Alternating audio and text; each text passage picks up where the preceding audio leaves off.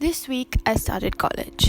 In 2020, that means I set up my laptop at my desk at home and attend Zoom classes at ungodly hours of the night. It also means I get to debate whether to actually look vaguely presentable or whether the fact that it's 2 a.m. where I am makes it acceptable for me to attend class in my pajamas. The weeks leading up to me starting college, it dawned on me that I was going to college, like university, is it not high school anymore? What? When did that even happen? This in mind, I realized there are these small, strange freedoms I would be able to enjoy now that I'm not in the Indian school system anymore. Firstly, not being in school means that I can wear nail polish basically for the rest of my life if I wanted to. I never have to struggle to find nail polish remover on the last hour of Sundays. I never have to wait till long vacations to have painted nails. And I never have to hide my colored nails in school whenever a teacher walks by. Not that I was gutsy enough to wear nail polish to school. Not being in school also means I don't have to drain my family's wealth by buying a lifetime supply of black rubber bands that actually only last a week.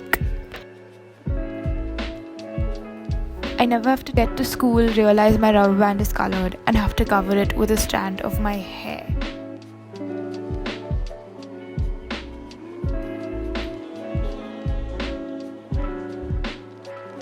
Speaking of hair, I never have to be irritated by the fact that my hair always looked ridiculously crimped after being in a tight braid all day. Not being in school also means I can finally dye my hair whatever color, whenever, and for as long as I want. I could literally have a full rainbow in my hair if I wanted. Another strange stress I never have to relive is going to buy exam supplies and not buying a new exam board because apparently we buy one every year and have tons of them at home. Only to get home to find that these alleged exam boards have now disappeared into some black hole because they are nowhere to be seen, and I am now in a soup for my exam the next day.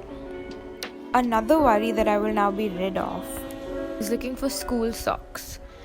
First of all, why do we have specific school socks?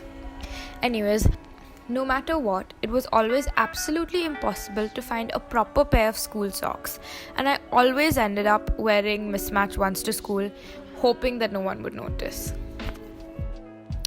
Ending with a note on uniforms. Okay, we all had to wear uniforms, fine.